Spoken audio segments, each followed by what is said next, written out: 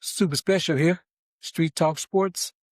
We're going to go on up to Colorado a little bit today. Like and subscribe. Share the video if you would. That would help me a lot. Thank you. Appreciate that. And yeah, man, I know a lot of people are talking about Colorado in a sense like Colorado is not doing that very well, but that's not true. Actually, Colorado is doing pretty good with their recruits right now. They're looking really, really good. So that thing about them not doing good, I think because they flipped a couple of people or a couple of people flipped back or something like that. But overall, Colorado is still doing very good, man. Like I said before, Colorado has changed the way they're recruiting here lately. I mean, it's working because if you look at it, you go back a few years back, Colorado, when they were recruiting, they may have a splash here or there. Colorado may have a guy that was a Travis Hunter, a Jordan Seaton, Kamani McLean. They may have a couple of those guys, like that. But now, man, if you look at the way they're recruiting now, it's totally different. They're stockpiling people like that. Like you have Andre Adams, a 4-star quarterback, committed. You have LaMarcus Jones, a four-star offensive tackle. Even Jaden Kelly Murray, another 4-star. He's a wide receiver. So you see how they stockpiling the guys now? Ryan Fernandez or something like that. He's a 3-star wide receiver. He's gonna be pretty good. I think he's gonna be a sleeper for them. And also you got Talib, Jaden Talib, offensive lineman. So you got a lot of guys at that level where before they may have one guy there. So you got a lot of guys now. So that's the way they're kind of changing it. They stockpiling, so they're getting better at the way they're moving and what they're doing. So that's gonna be a big key for them, man. If you look at it, you know what I'm saying. But this whole college thing, man, is changing, and it's changing even going back down to the high schools, man. Because you look at a lot of these teams and a lot of these high school parents, the families, they're uprooting their homes to move a kid across states, across town to different schools for them to play in different systems so they could get the big scholarships, cause the scholarships mean the NIL money, and some of the money they're giving these kids is life-changing money.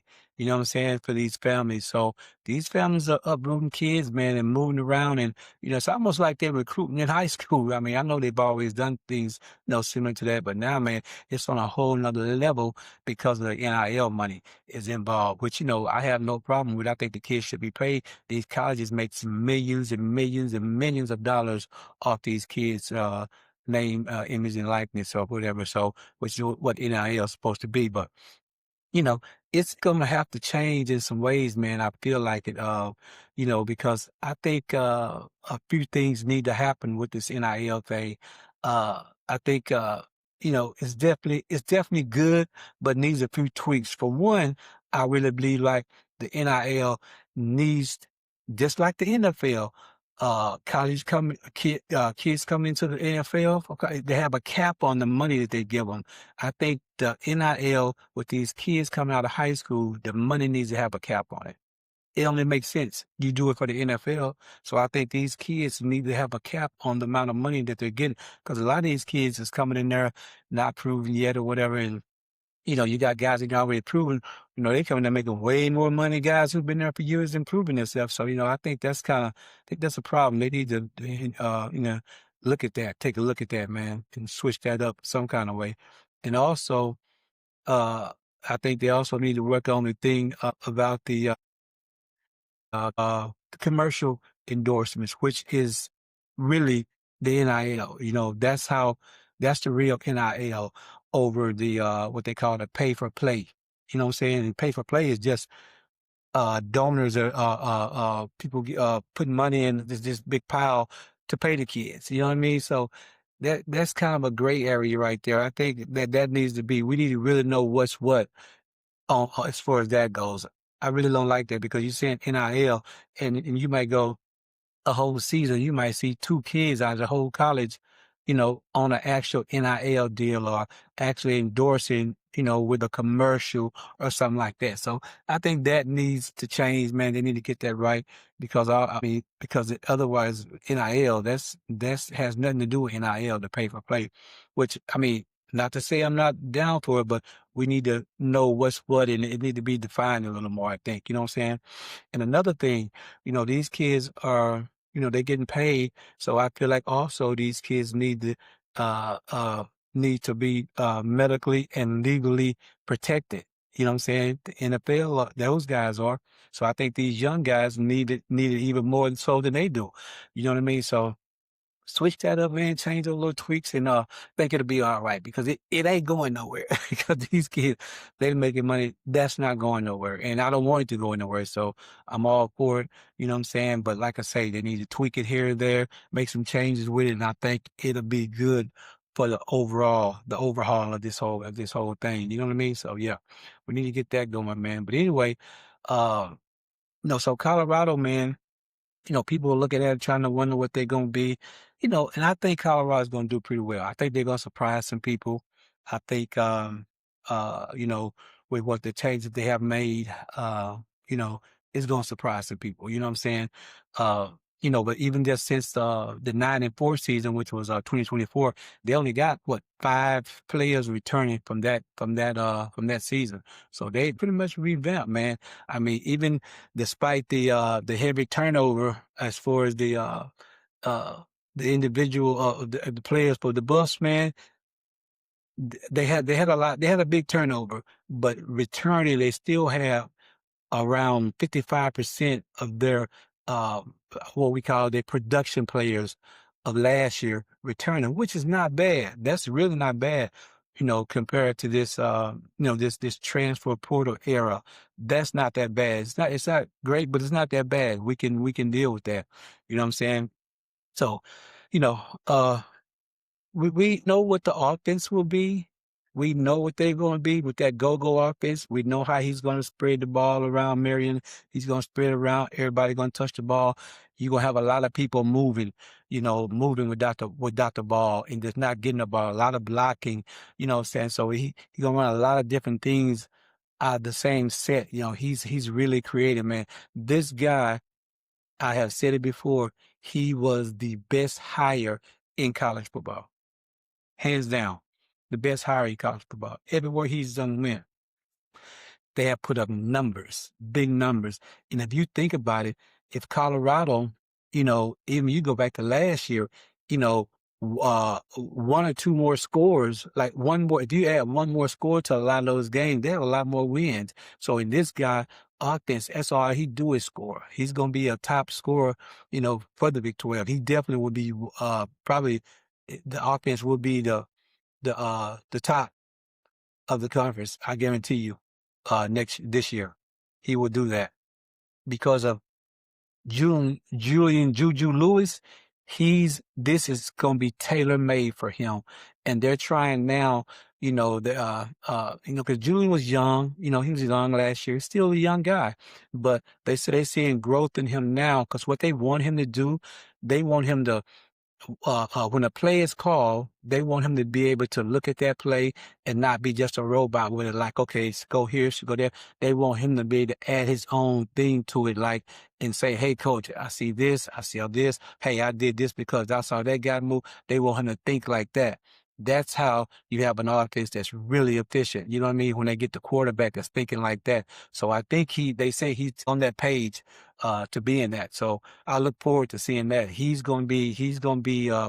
is going to help him out a lot. They will go into next year, the 2027 year, looking at him totally different. I think, I really believe that. So we'll see. And so the defense, man, is under, Chris Moore. So Chris Moore, man, I think he's going to run an aggressive style, a 4-2-5, aggressive. He's going to play downhill fast. It's going to allow them to